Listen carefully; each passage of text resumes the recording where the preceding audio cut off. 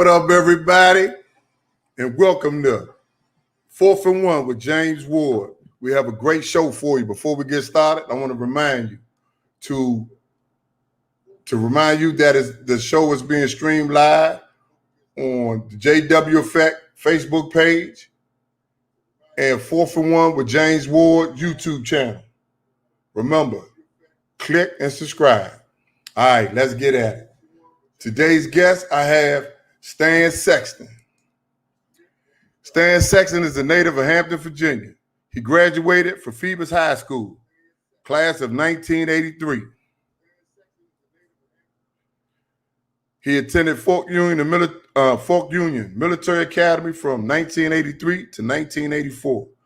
Stan is an alumnus of Virginia State University from 1984 to 1987 and was a member of the Virginia State University Trojan football team. After transferring to Christian Newport, where Stan received his bachelor's degree in health and physical education, class spring of 1991. In June of 2021, Stan will be retiring after 30 years of teaching and coaching. Everybody, let's welcome Stan Sexton to the show. Hey, how's it going? What's up, buddy? How you doing, man? I'm doing great. Glad to be here with you. Yes. First of all, man, I'm gonna tell you right now, I really appreciate you participating in this and coming on. Let me tell you a story because I think it's a powerful one, and I think because one, you're a Trojan, my brother. Yeah. I want to showcase you. So let's get to it. We're gonna first start by do you have anything you want to say? No, I just really appreciate you having me on. I tell you what, I've been looking forward to it, and I've been on a couple of shows you've done before.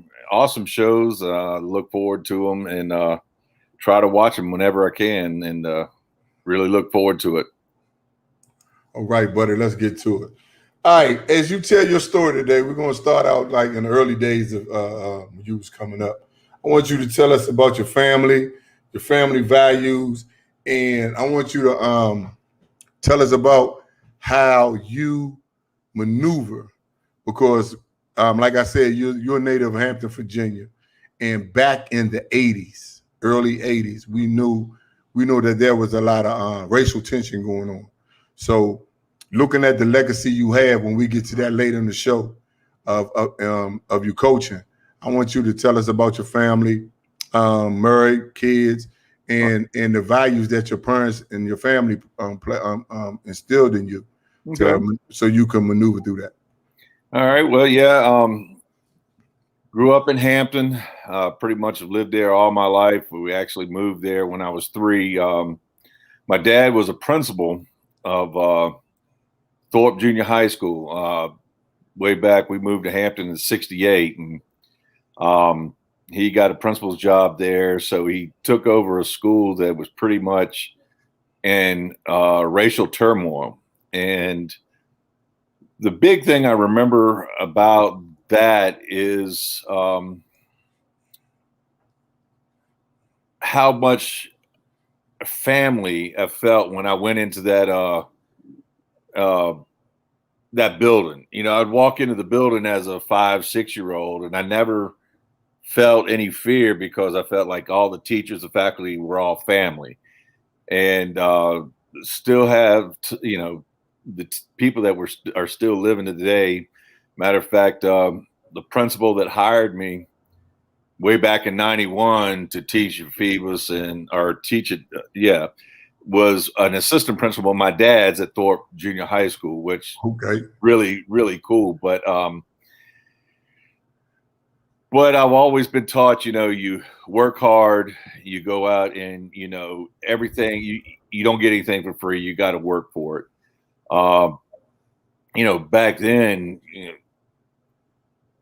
everything was rough for everybody. You had to scrape and penny pinch on everything. But the big thing I remember is my athletic career. My dad coached me when I was young. For those who might be listening from this area, they remember the Ketans. I played for the Ketans, and we were the dominant team, and all those guys went to Hampton, and I was all big on going to Hampton High School, and then they built Phoebus, and so we transitioned. But the one thing I do remember is always the family. Everybody, I never, I hate to say it like this, always people go, I never see color. You see color, but you don't allow color to affect your opinion. Right. And and everybody used to always laugh at me, or not laugh at me, but, joke around with me going, yeah, you don't hang out with any of the white kids. I was like, well, where I live, there wasn't, I had to hang out with who was in the area. And I had a lot of great friends growing up that, played football with, and that's who I hung out. I mean, when I played for Ketans, I was maybe one of 2 or 3 white kids on the team. And that's the way it was all the way up through Phoebus. And it never, my best friend to this day,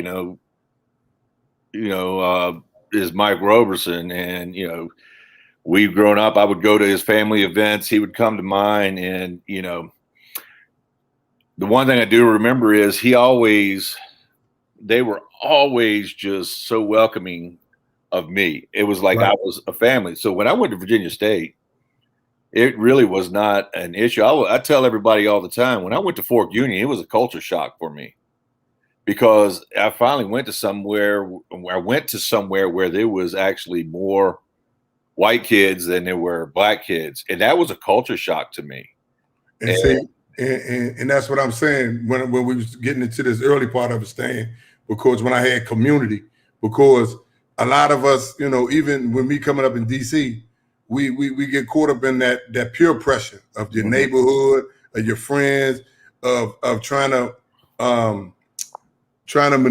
balance being a student / a student athlete, even though it wasn't called that when we were coming up. We was just students, and we played sports, played football. Now, so let's go ahead and switch it into, now you in high school. You said your father, coached you coming up. Now you're on the team. How was it the chemistry amongst with you, other players? Of course, the undertone here is race, but we're not pinpointing race, right? But just coming up for you, because as we get to the end, towards everything that you've done, and we talk about that, this is where your foundation started, right? So you had the values. You was able to mingle and get along with the other races, i.e., African American, and that's a good thing. So, how was it as a high school teenager on a sports team playing playing football, and how were you able to maneuver through high school, being an athlete, balancing both? Right. Well, I would like to say I did a great job of it in high school, but I didn't. Yeah, we all fall. We all bump our heads. By the time I got to high school, I was like a typical athlete. All I had on my mind was I want to go play in the show. It didn't matter that I was 5'11". I was good enough to play in the show. Well, it's funny because I look back on it now and go, wow, you really weren't that good in high school. I mean, compared to what I coach and what I expected from coaching. But so high school, it was more or less, socializing, hanging out, getting ready for football season. Of course, I played football. I ran. I didn't run. I threw the shot put in track. Okay. And I tried wrestling, but oh my gosh, that was just a little bit over too much for me. And then and I played baseball. So that's what I did pretty much my high school career. And that's really what was important to me. Athletics were important. I made grades good enough to stay eligible. I would love to sit there and say, boy, I was a straight A student, but no, I just remember my mom and dad all the time. I can't tell you how many times I got put on restriction for Yeah, for yeah. bringing home bad grades, but grades weren't important at that point in time. Now, Yeah, we was all about the game. right. Right. So I mean, that's where it was. I mean, high school was a great experience for me. I loved it. The guys I played with in high school are like gold to me, and guys I played with, they're going to always have a spot etched in my memory, fond memories. We weren't that good of a football team. I think we were a perennial 3-7 team. We'd go out and we'd play hard and we'd be right there in the game, but we just never could finish. And unfortunately, you get in the mindset that's just good enough. We were there, and so yeah, that's kind of the way it was. I mean, I would love to say it there and say I had this stellar high school career. I was a 5'11" center. And I wasn't recruited very heavily. I think I had one school, Appalachian State. Okay. But my grades weren't good enough to go, so I ended up having to go to Fork Union. Yeah, and that was my next question. We was going to talk about college prospects, and you shared that information. So let's go ahead and talk about Fork Union. A lot of people might not know Fork Union is a military academy. Fork Union Military Academy is a private all-male college preparatory military boarding school located in Fork Union, Virginia.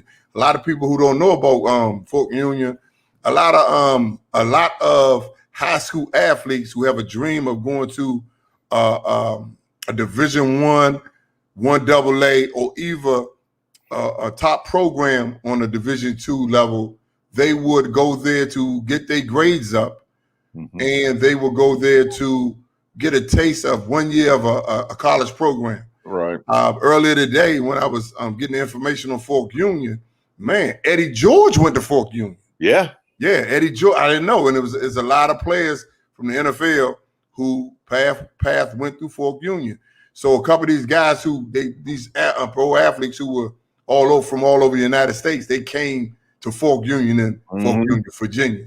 So Fork Union is a good beginning ground for somebody who really serious about getting their grind on. Right. But I want to go back. But knowing that you wanted to continue playing ball, you understood that you had to go there and get everything situated to move on. Now, here is the $100 million question. Because Stan, 35 plus years ago, nobody would ever imagine. I'm not saying it don't happen. Right. But, how times was 35 plus years ago, nobody would ever think a white guy would choose a HBCU. Now, me, I went to Virginia State, but I didn't know it was a HBCU or a black college. I just was a place that I was going to continue playing football. So the $100 million question is how and why Virginia State University? Okay, I knew about Virginia State because living in Hampton, we have Hampton University. Back then, it was called Hampton Institute. Right. I knew about HU or HI, so I knew that they had played Virginia State. Plus, across the water is Norfolk State, so I did have an idea about. They really weren't called HBCUs back then. They were just, black colleges. I don't understand that, but I think it was kind of later where the HBCU really took off. But I knew about the CIAA. But I went to Fork Union. And again, I got to be honest. I mean, my whole thing was going to Fork Union to get my grades up. I was going to Appalachian State. Right. That was my whole mindset. I'm going to Appalachian State. I get to Fork Union, and I have a decent career at Fork Union. I started every game as center. And then I just remember Appalachian State coming in, talking to the head coach, Red Pulliam. And basically they told Red, said, hey, if you can just tell me this guy's 6 foot, we'll sign him. And Red wouldn't lie. Red, I learned a lot from that. At the time I was mad. Why wouldn't you? I mean, what's 1 inch? Why are you gonna? But now, as you know, going through that, we'll get in that later. But I learned from that, and he wouldn't lie. So they didn't offer me the scholarship. Okay. Because they didn't want to recruit a lineman under 6 foot. So then I remember sitting there, and everybody, one of my buddies, Matt D'Amico, signed with University of Maryland. And he was trying to talk Maryland into signing me too. And, Maryland's like, no, appreciate it. But anyway, so I'm 6 foot is the magic number. Yeah. And back then, now it's like 6'3" for linemen. Yeah. But I remember I was in the weight room at Fork Union working out, and Coach Schumann, who was the offensive line coach, he's now the head coach there now, comes in and he goes, Sexton, got somebody here wants to talk to you. I'm like, yeah, okay. So I go up, and it was Coach Peachy. I don't know if you remember Coach Peachy. Yeah, Coach Peachy came from Liberty Baptist. Right. He came down there, yeah. And he's like, he goes, we're looking for a center. And I'm looking to bring a center in and this, that. So I was like, okay. He goes, would you be willing to come for a visit? I'm like, sure. So got all my leave set up. It's military school, so you got to do all the leave paperwork. Got all that set up.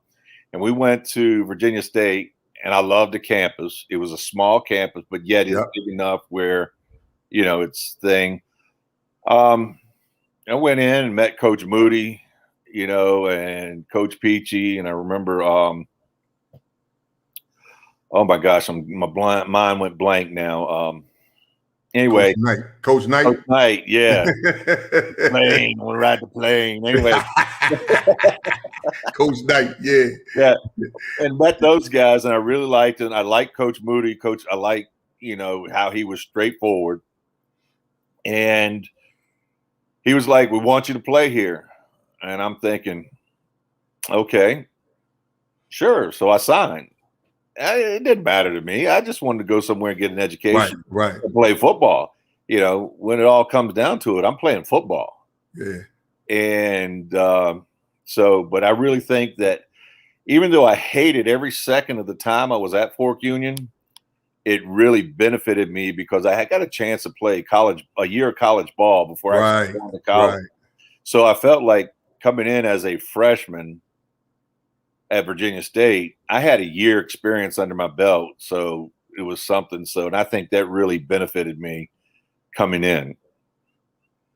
And of course I got my grades up. Now the happy ending of that story, I ended up second in the class. That's how in the post-grad, the post-grad class, which I was really thrilled that I proved to myself, I could do the education part also. Right. And that's a great thing. That's what Fork Union provides. Right. And when you came in, like you said, you had that 1 year of college experience. You had 1 year of what a college program looked like, structure.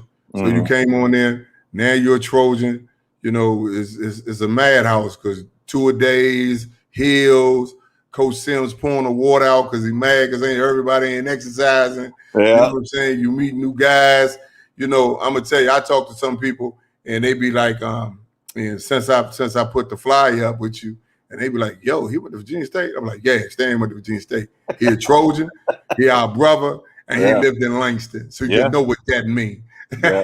Yeah. So let's talk about the transition and get into some of the friendships you made. I know because I'm gonna get this in because I know it's gonna touch me and you. I know you and Quincy were tight. God rest his soul, we lost a good one. And then Neil just passed away, so we lost two good brothers. Yeah. And God rest their soul. So let's talk about the transition in campus life because I can honestly say I told Daryl, I said, Big D, I never looked at him as a white guy. I looked at him, I know he was white, but I ain't looked at him as a white guy. Right. But he when he put them pads on, he got to feel the pain if he can't handle it. Right. So, it was an everyday thing and we was brothers, you know what I'm saying? So let's talk about that campus life, the friendships you accumulated that you still have today and how you transition. Well, I tell you what, I got there and the first person I met, it was Tyrus Hill. Yeah, Ty. And, I tell Tyrus this all the time. I name my son after him. My son's name is Ty, and I named my son after Tyrus, because Tyrus was just hugely just come in, let me help you, sit down and talk with Ty was a me. humble kid. Yeah, and he was anything you need, I'm right there. And then the next guys I met were Michael Irby. Yeah. And, gosh, I can't remember his real name, but Ballhead. Yeah. God. Go ahead. Yeah, but we just go call him Ballhead. Yeah. Those two guys were great. It was tough love by them too. This is what you got to do. Hey, you better go out there and work your ass off. Right. This is what we got to do. And they were really, especially Michael, really adamant about teaching me the offense, teaching me the things, learning the playbook, going in and working with me and making sure I knew, making sure I was on time to meetings and stuff like that. And, they weren't afraid to sit there and say, hey, you're screwing up, get your ass in gear. Right. And I totally respect that. And then, the next guy I meet was Big Joe Holland, which I played against in high school. Okay. Yeah. Big Joe. He went to Ferguson High School and I played at Phoebus, and we played each year. And so I knew who Joe was. So that was good. You kind of have a connection there. And then, meeting Oscar and, go to the meeting, you meet all the linemen and everybody. I just remember everybody was just excited to be there. And I mean, I remember going to Fort Union and had that sinking feeling like I really don't want to be here. Right. I want to play ball. But I remember, and that was the way it was with everybody, it's just like, I don't want to be here, but, I have to. But when I got to Virginia State, everybody I ran across was happy to be there. They were excited. They looked forward to it, and then I just remember the first day first day going down the locker room, I see this big guy in with just running his mouth all the time. And they were like, oh man, that's James Ward. I thought you was going to say Rudy Goodwine. No, Rudy ain't said much. Rudy never said much. Yeah, I know. Rudy was quiet. I just remember Rudy knocking on my door one night and going, hey, man, you got a quarter? I was like, yeah. He goes, I'm going down to the buy right. Yeah, probably get some oodle noodles. But Rudy never said much. But, and then, Pitbull, McKenzie, all those guys, man, everybody. And I just loved how everybody joked around with everybody. Melvin Walker. Hey, Melvin Walker. Pete just reminded us. A lot of the brothers on here, check your stand out. I told them I was going to showcase you. They chiming in. Yeah, Pete was another one, that I met that really reached out to me and helped me out. And I'm glad his name popped up there because there's so many guys from that team that really reached out to me and brought me in and made me feel part of the family. Right. There was never any time I felt any animosity towards me. Everybody was like always helpful. And I just remember walking back, going to the calf after morning practice, and I'm dog tired. It's hot and didn't sleep very well because, Langston, it was hot as anything. Yeah, no egg going on in that joint. Yeah. And I just remember we're going to lunch and I'm walking up with John Green, Tex. Yeah, Tex. And I'm getting ready to step. You know how they got the Trojan heads painted on the thing. And I'm not paying attention. And John snatches me and says, don't you dare step on that head. I'm like, oh, man, I'm sorry. Yeah. and Tex he was strong as an ox. Yeah. And look, he was about 5'11". Yeah. And, and I just remember him doing that. And that's all he said to me. He just grabbed me and said, don't step on the Trojan. I was like, all right.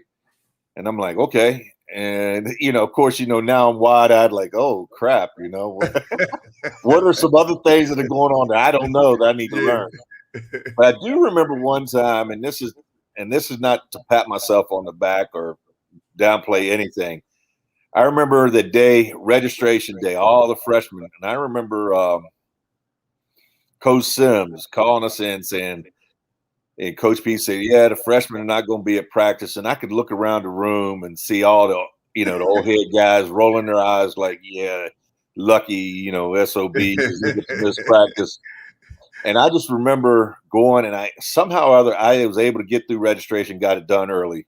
So I came out to practice. And I remember Coach Peachy going, he goes, "Are you finished?" I go, "Yeah." He goes, "Go suit up." So I went in and suited up and came back out and practiced, finished up practice. And I just remember going to dinner that night. It was the afternoon practice. I remember going to dinner that night. And I remember Tex grabbing me and goes, "Come up here. You get to eat with us." I'm like, "No, I want to stay back here because, you know," he's like, "No, you came out to practice. Those sorry SOBs back there, they ain't come out to practice. You came." And I think that really just with the older head kind of knew that I was there to do, you know, I was there for business. I was there to play. And am I going to say I was a great player? You know, I was an average player trying to work hard to do, Right. you know, to help the team any way I could. We had an old saying back then: "You didn't duck the fire." Right. Yeah, you ain't ducked that fire. You came on up there and got it on in instead of laying up there and getting a little day in. Yeah. All right, so man, that's what I'm talking about. We have friendships that we started so long ago that still exist today. Yeah. And that's one thing about that family atmosphere that Virginia State gave us. You know what I'm saying? Despite the when we were young at that time, right, immature, some of us simple, and we, you know, but today, we are still friends, and that's a great thing. So here we go. It's time to talk about that legacy that you left behind. I'm gonna slide on in. This is what I really want everybody to see, because when Daryl told me, when I came home and Daryl told me, he was like, "Man, Stan, wop, wop, wop." I was like, "Wow, Stan Sexton, the center?" Like, yeah, Warrior Beast, because I was going to see Daryl's son, Sean, when he was playing in high school. right. So he was telling me that when I was living in Hampton. So we're gonna get into the coach career now. And you came to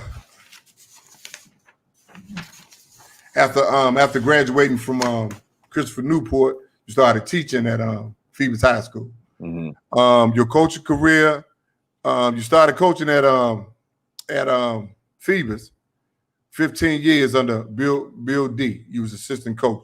Yeah. You won 2 Virginia AAA Division high school state championships as a head coach. 3. I mean, no, not that as assistant coach. As assistant coach. You left there for a minute. I guess you was giving a head coach a shot. How long was you at Warwick High School as a head coach? I was at Warwick for 4 years. Now, I do want to say I did not get to coach any of the Vick brothers. I wish I had, but I didn't get to coach any of them. But yeah, I was. I came in after Coach Riemann had left Warwick, and was there for 4 years. And then from there, you came back to your alma mater after Coach Bill D retired. You took over now as a head coach at Phoebus. You won 3 Virginia state title, triple division. You won 3 Virginia AAA division high school titles. Your Virginia high school state record as a head coach, as a coach overall, is 52 consecutive wins. I'm sorry. Y'all have a record of 52 consecutive wins. But as a head coach, you have 37 of those as a head coach. You were named Virginia AP Coach of the Year in 2009 and 2010. Coach Magazine named you Coach of the Year. What year is that? I didn't have the year. I'm sorry. 2010. 2010 for the Southeast United States Division. Your record during your time at Phoebus as a head coach is 43-2, and you 15-0 in the playoffs. Man, man, you know what your accolades are, but man, sum all that up for me, man. Well, it sounds great, but I do want to say, I want to preface everything. I had wonderful assistants, right, and I had great players. All that worked together. I came in on a perfect storm, and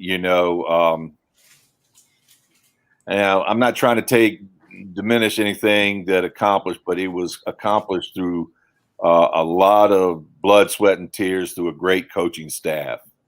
And, it's all good, but none of those accolades mean anything without the supporting cast of the players. And I always told all my players, I can't go on the field and play for you anymore. Oh yeah. I said, even if I could go out and play, you wouldn't want me out there trying to play, but, so I had great guys. Even at Warwick, I had guys that were really, I mean, they were super coachable. They listened, they worked hard, they did everything I could ask of them. I would like to say I was an easy coach to play for. Coach D is is like a brother to me. And, he passed away a couple of years ago.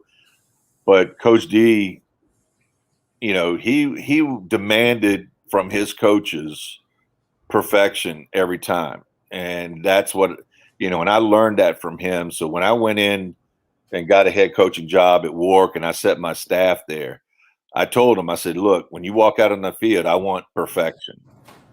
And if I don't get perfection, then, granted, we're never going to hit that, but I want your expectations of the kids to be perfect. And I want you to go out and we have to push and get those kids to believe that they can accomplish something. Especially taking over Warwick, they'd had been in down. And I just remember everybody telling me when I got to Warwick, oh, you're not going to win. You don't have the athletes there. And, I never had a losing record at Warwick. Made 2 out of 4 years, we made the playoffs at Warwick. And then Bill called me up, Coach D called me up and said, hey, I'm retiring. Because he was also the athletic director too. And he said, I'm retiring. Would you consider coming back to Phoebus? And I said, hold on, let me think about it. Okay. So, and people thought, they're like, what are you doing? I mean, you're following Coach D, why do you want to do that? I'm like, it's where I played football. This is where I coached for alma mater, yeah. years. This is my alma mater. Why wouldn't I want to come back? And then, so, we had a great group of guys playing there. And, it's just, I will say we did a great coaching job because every year in that I had a different quarterback and a different tailback every year. So it wasn't like I had the same quarterback. Taj Boyd had just graduated and, his senior year was 2008. He had just left. So, Paul Morant came in, was my quarterback there, and Paul did a fabulous job. Now he wasn't in the class of Taj Boyd, but he wasn't really a true quarterback. Right. And then I had, I'm drawing a blank. Come with the age, you know how we do Yeah. it. The next year I had another kid who transferred to us from another school. And, he was a baseball player and that we turned into a quarterback, Roby. And I can't remember his first name, but he did a phenomenal job. I mean, he had a great season that year. And then I always tell everybody my third year in 2011 when we won, my starting quarterback was also our kicker. Oh, okay. We turned our kicker into a quarterback. So, and he did a fabulous job for us. So, I've been blessed with having a lot of great people around me, both on the staff and players that were willing. Our mantra at Phoebus was big team, little me. Oh, okay. I like that. And so those kids at Phoebus have bought into that. The team is bigger than me as an individual, and I'm going to do whatever it takes. If it means playing another position that I don't want to play, I will do it for the benefit of the team. And that's something Coach D instilled in the players, instilled in his coaches, and it's still being done today. So, that was the big, that's a big thing. And all those accolades, like I said, are good. But, my biggest thing is I wanted to train young men. Those state championships are nice. It's nice to talk about them years later.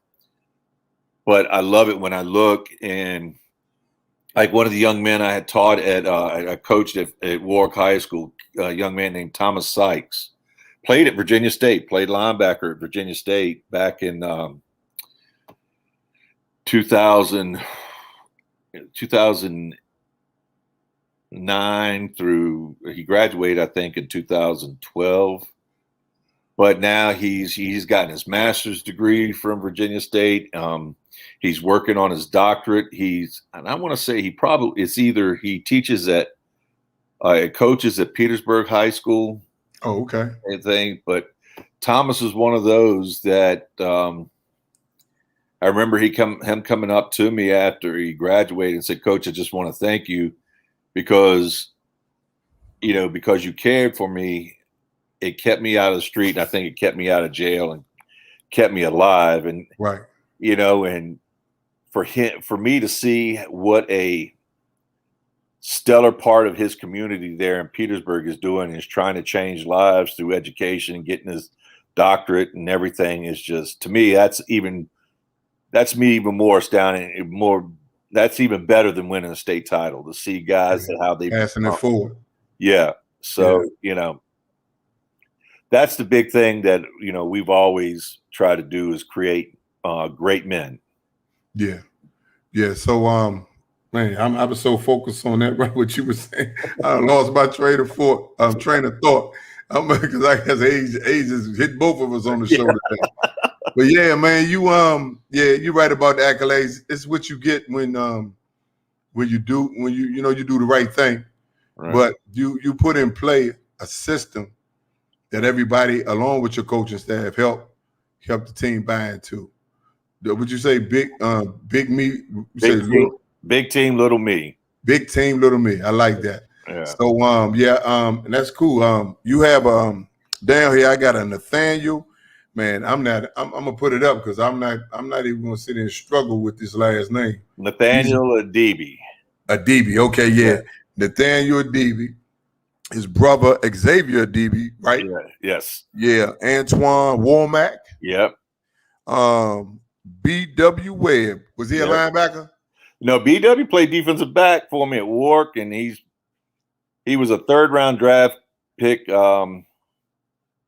for Dallas, and he's played for 3 teams. He's a super young man, very that's a swag. That's a swag name, BW. Yeah, that's a swag name. Givens Walls, I think it's Daquan Romero. Yeah. Cab Taylor. Caleb Taylor. Yeah. Caleb Taylor and Alon Lewis. What about these players that stand out to you? Those, the big thing about those players, what stands out to me are what upstanding young men they are. Family men. All those guys were super great players. I mean, Nathaniel, the funny thing about him is he started out playing tight end and defensive end for us. And one year our running backs got hurt. So I told Coach D, I said, Coach D, let's move Nathaniel to running back. Nathaniel's 6'5", 255 pounds. And so he was playing tailback for us. And so it's just funny to look back at tape and watching him drag 5-6 guys. He averaged 8 yards a carry, and it was like a hard 8 yards all the time, dragging 5 or 6 guys. And he ended up being a All-American at Virginia Tech. And now he's after he played in the NFL for a few different teams. Actually was on the Seahawks' first Super Bowl appearance when they lost to the Rams. And then his brother Xavier was a fantastic player. Again, great player. Xavier now is a defensive coordinator at Texas A&M at Commerce. It's a Division II school, it's a Division II school in Texas Commerce, Texas. Okay. And then, like I said, BW is a great young man, very bright. He's very active in a lot of social issues today, which makes me really proud that he actually is stepping out on issues, the racial injustice and everything, that he's out in the forefront. He's using his platform from when he was in the NFL to be able to get out into the community and try to make a change for the better. Right. working. I won't say try. He's actually doing some great things. And BW does football camps in the area in the summertime. Okay. Free camps for kids to come in and do things. And then Elon was just a fabulous running back. He's probably incredible. Just incredible power, incredible instinct. Antoine, another young man. Antoine played for the Patriots after he played for UVA and then played for the Patriots. And he does a lot of things. Again, football camps. He does a lot of stuff in communities about helping build like parks and playgrounds and stuff like that. So kids will have areas to go to that they can play in. So, and those are just the few. I mean, there's so many. Yeah, I'm pretty sure there's great things. 20 plus years of coaching. A lot of young men. Yeah. You were a coach / mentor / father figure, and just the information you gave us on those players, you left a mark on them. So everybody out there chiming in on Facebook and Instagram and YouTube, send me some questions. And I have one here from my man Dirk. And Dirk says, how did your coaching style towards the students transfer to their classroom performance? Okay, that's a great question. We always pushed academics. I always, one of the things I had to do when I coached under Coach D is it was my job to go around and make sure the kids were going to class and make sure the players were doing what they were supposed to in class. And so what we did is we always had study halls. We would do study hall once a week. Unfortunately, we'd like to do it more, but it was kind of hard because time always pressed. We would always send out weekly progress reports, especially on, if we had a player that was a straight A student or an AB student, we would send out progress reports with them. But we tried to focus on those borderline kids that if we don't pay attention to, they could slip away. Right. So we stayed on them. We constantly got them help. Hampton University was super in that aspect where I could call over there to I can't remember the office now, but again, an age thing. And they would send over tutors to help these kids if they were struggling in algebra or they were struggling in history or if they were struggling whatever area academic thing. They would send these students over who were doing community service as part of their degree, would come over and work with these guys, and that helped out tremendously. So, and once you get a young man or a student of any kind, it doesn't matter if they're athletes, and they see that they can do it, and all of a sudden, they're not going to fail every time they do it, and so they get to the point they failed so much they don't try. But now they can see that, okay, I can succeed. So now what happens is they get that, they're used to getting F's on everything. And then all of a sudden they get a C+ on something. That's a major accomplishment. Yeah. So now it's just like football. You win one game, you want to win the next game. So you go harder the next week. So then, and all of a sudden you see them turn around, and now I'm going to say they would turn into a straight A student, but grades became a priority to them. And then unfortunately, freshmen these days, they don't understand the importance of grades until they get into that, their junior year. And for sometimes it's too much. So, it's too late for them because they've really fallen so far down. There's a lot of catching up. So what we try to do, what I tried to have my staff, and I was blessed because I had 3 or 4 coaches that were on my staff were in the building also. Right. So we tried to get those freshmen and stay on them repeatedly about their grades, to the point where I know they got tired of seeing us coming, but we wanted to push, and we made sure we got them extra help if they needed it. And so, that's how we kind of work that issue. Yeah. Cause when kids,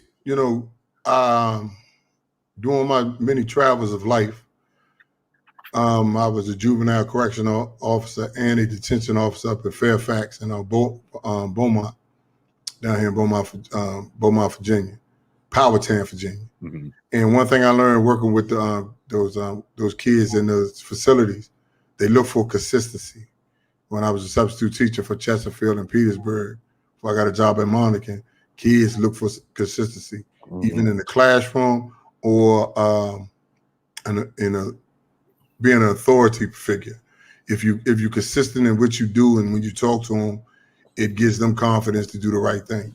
And but that's a great job you was doing. Again, Dirk says college partnerships are important.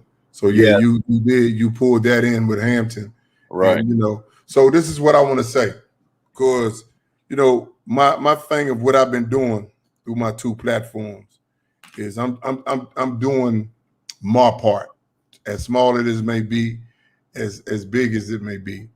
I really believe that God, I lost my hate when I lose my train of thought.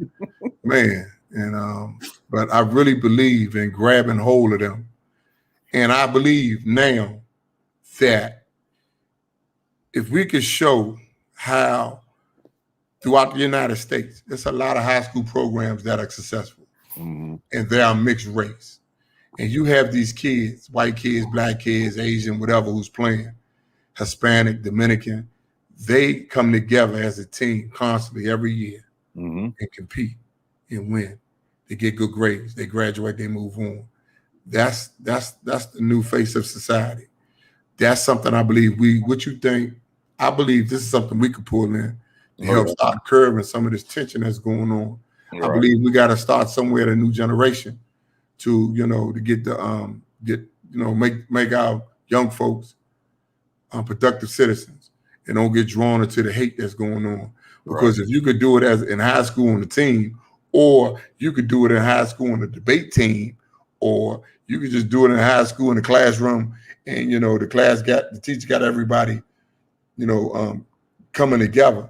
Right. What changes when you go into the world, other than all the everything that's crazy going on and social media and everything.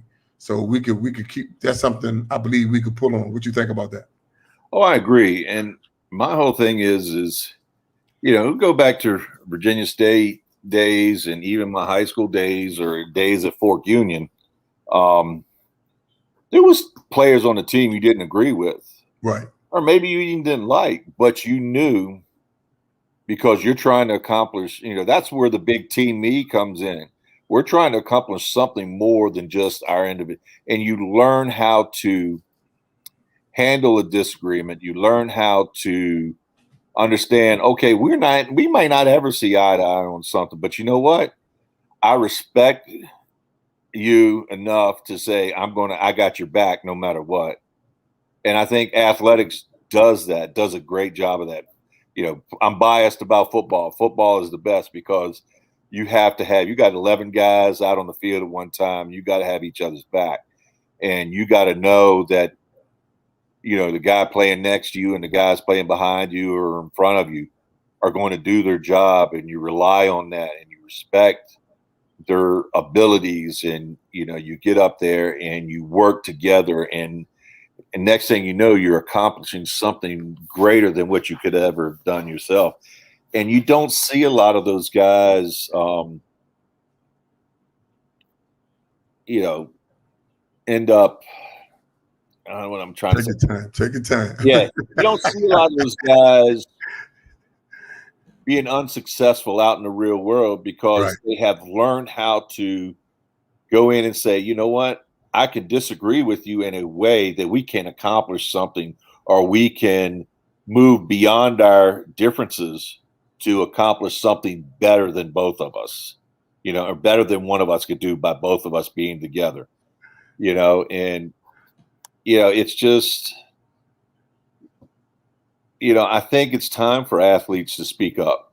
Yeah. And I know a lot of people don't like athletics mixed. I mean, I am this kind of way. I don't like athletics and politics speaking up, but how you treat somebody is not politics. You know, it's time for athletes to start stepping up and saying, hey, you know what? We can do it.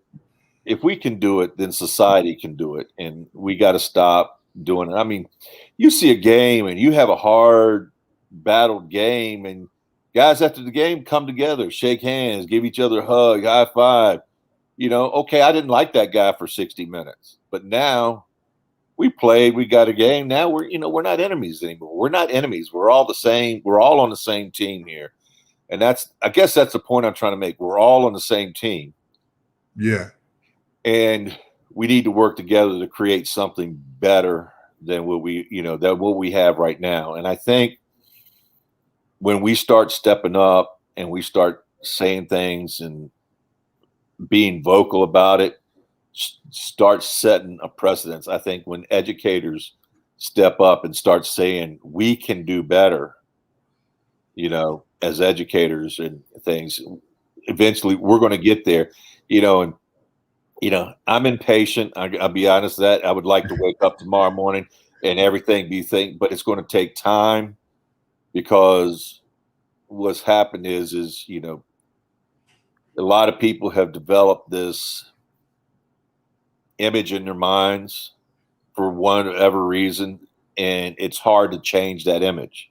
Right. It's a habit. It's just, bottom line, it's just like smoking. You know, we got to change how they think, the habit of how they think. Right. And it's going to take time. Again, like I said, I'm impatient. I would like, you know, sometimes I just want to grab somebody and go, you know, what the hell's wrong with you? You know? and I want to piggyback on something you said, because playing at Virginia State, doing, you know, my 4 years at State, I have a lot of friends from Norfolk who played at Norfolk, who played at Hampton. All my brothers, I call them they definitely my brother and family down at Virginia Union. I'm still friends with these guys today. A lot of them went to high school. The ones that was ahead of me, they went to high school with my sister at Spingarn in Washington, D.C. So we're friends to this very day. We can call on each other for conversation. When we lose somebody, we gather to celebrate their life. Right. And, you know, we just, you know, we kick it. So yeah, it's, you know, the foundation is there. We just need we need more people to step up. Right. And everything. But I got a chuckle out of this. I'm gonna put it in there. You know, right. I think Daryl wants some attention, so we're gonna give it to him right now. I just want to say thank you to Stan for his support when he came to Virginia State. But look at the support, Stan. Yeah. Me, Q, Big Lattimore, we all piled up in Stan's car. So that was Stan's support, taking him to get a cheeseburger from McDonald's after hard practice. Yeah. Up in the car, with drag from Virginia State to Hampton on the weekend. Yeah. LOL. His family are great people. That's your man, Big Daryl Brown. Can I sidetrack a quick story here? You remember? Yeah, we got time. I'm just waiting. You know, we got plenty. Yeah, go. We getting ready. That's what we're gonna do. We're gonna reminisce a little bit. You remember Pino's Pizza Place right around the corner? Yeah, right on the boulevard when you come out. Yeah. Well, they used to have Tuesday nights. They used to have all-you-can-eat pizza night.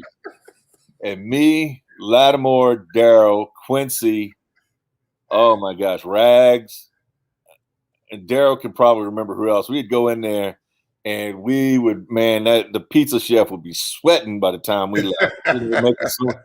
But I remember one night we went in there, and he put out pizza, and he put out an all-mushroom pizza. And nobody was like, oh, man, ain't nobody wanting. And the guy said, I'm not making another pizza until y'all eat that. I remember Lattimore going over there and grabbing that pizza and eating that whole pizza by himself and then telling the cook, let's go, I want pepperoni. But look, Stan, it's funny because when we were freshmen in 82, me, Rudy, Jerry, Flynn, Wayne, Gary Ampey, Andrew Glover, these are the guys who came in with me. We went, they had the same thing. We went in there, we tore them up, and we used to get them all the time, and then they took it away. So it's funny that they brought it back, and then here y'all come, Big Daryl and all y'all, and y'all do the same thing. So those are more memories. Yeah. You know what I'm saying? And oh my God, man, I really I was really glad when I got with you. You was more excited about me doing it than me. Oh, but, you know, you our brother. You're definitely our brother. You ran that yard with us. I don't think you ran it like we ran, but you was on that yard. You was in Langston. You ran that hill. So we, like Jay Bell was said, we shared the same blood and sweat in the mud. That's what Jay Bell would tell me. So I wanted to get you on here. So here we go. Let's sum it all up. Let's put together the family values, Fork Union values, Virginia State values, and everything from your coaching history and everything. Let's put it all together. And what kind of message can you send? Let's take your time. Take a deep breath. Let's see. That's a good question. Great one. The value is I take from all of that is it's 2 or 3 different things. One, no matter where you are, level wise, hard work is always going to pay off in the end. That's the first value. Your hard work is always going to pay off. And the other thing is we are all in this together, and to accomplish something big in this life, I totally believe that we're put on this earth to make this earth better. And together, all of us, it takes all of us. It takes every race, every nationality, every religion, everything, all of us working together to make something super great in this world for all of us to have. And we can't allow bad apples to come in and start spoiling, what God put us here to do. Outstanding. And the other thing is and it's what Bill installed in us at Phoebus, Team Me. It's more important than me as an individual. Yeah, I need to take care of myself as an individual, but what we accomplish together is much better than what I can accomplish by myself. Accolades are nice and those are all wonderful, and the bottom line is a lot of times we don't get to the top by ourselves. We have help. We have people along the way. And my background at Virginia State is super special to me because all those guys you mentioned, oh my gosh, you started mentioning guys that my mind, those guys are, like you said, they're like brothers to me. I mean, I haven't seen them in so long, it almost brings tears to my eyes thinking about the good times that I had there. It's like the arguments that we had or whatever, but it was all because, we cared about each other. And, we were always there, for each other. And I remember we could fuss and fight amongst each other, but boy, nobody outside of us better. Oh, yeah. You can't come across the street. Yeah. You can't come across the street unless you had an invitation. Yeah. But check this out. We're going to have some fun right now. Right. I'm just going to do the roll call, but we ain't going to say what the roll call means. We on the bus. We know what comes when we holler certain names. Hey, I want to tell you something now. I got roll called after I tore my ACL, and that pissed me off. But real quick, this is my main man right here. This is from Rudy Elliott. Good job, 53. Please let Stan know it's good to hear of the great things he's done. And this is from Clinton. Great show. Always good to see it. Fellow Trojan Stan. You know what I'm saying? So we're going to do I'm going to give it up a quick roll call, but we're not going to put the accolade, we're not going to put what really goes with the roll call. I'm going to see how many names are roll call. We got Paul Thomas. We got Warren Lawrence. I know Warren might have been gone by the time you got there. Perry Riley, Kent Graham, Daryl Brown, Clint Beverly, roll call, Jay Bell, Jerry Branch, Robert Clark, John Green, Tyrus Hill, roll call, DeSagio. Yeah. Oh man, come on, Stan, help me out. Oh my gosh. Quincy Roll, Sam Taylor, Reggie Warfield, Joe Holland, Oscar Holland, Eddie Gould. I'm naming people after me. Oh, Roll call, Sam, rest in peace. Quincy Sam Roll. Taylor. Roll call, rest in peace. DeAndre Neal. Yeah. Roll call, rest in peace. Ron Bolin. Yeah. Roll call, my man, Mackenzie Hurst. My man, Greg Hurst. Yeah. Man, it's What so was many the, of us, man. Luke?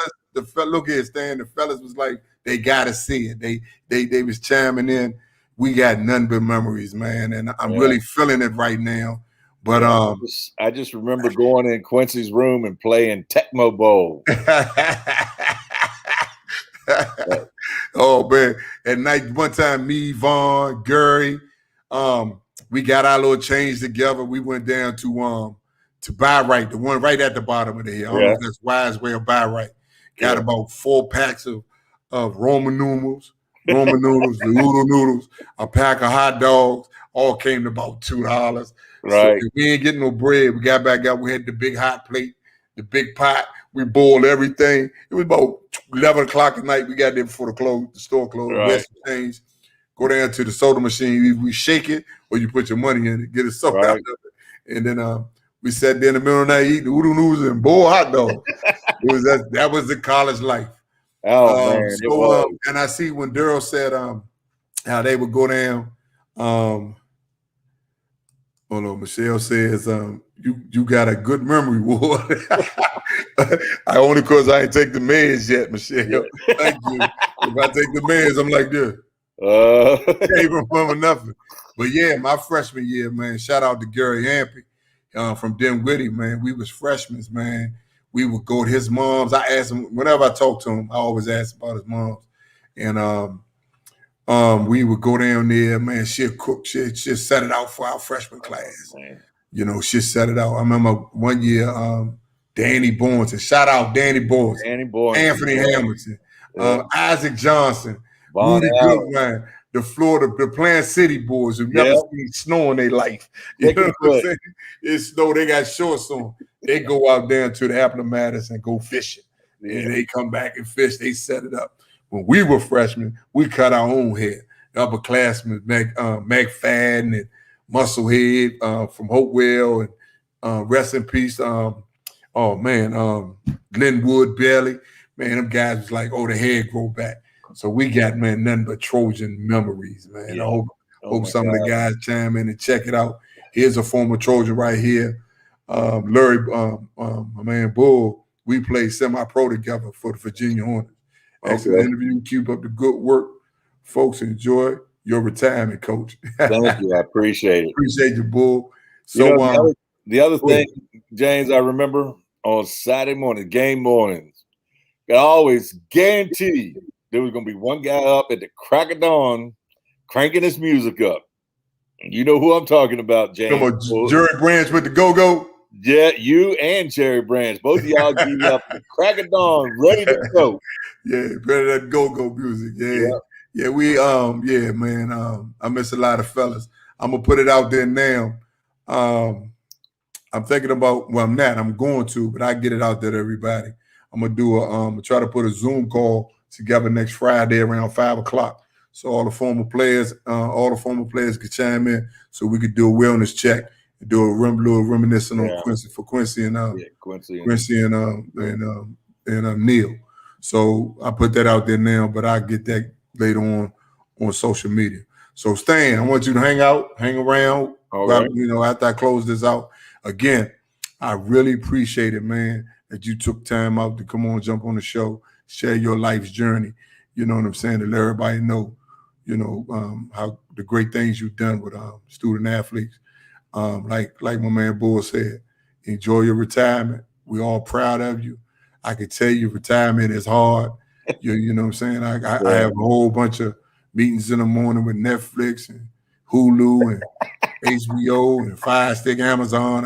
It's tough, man. Right. You gotta find, man, it's tough. But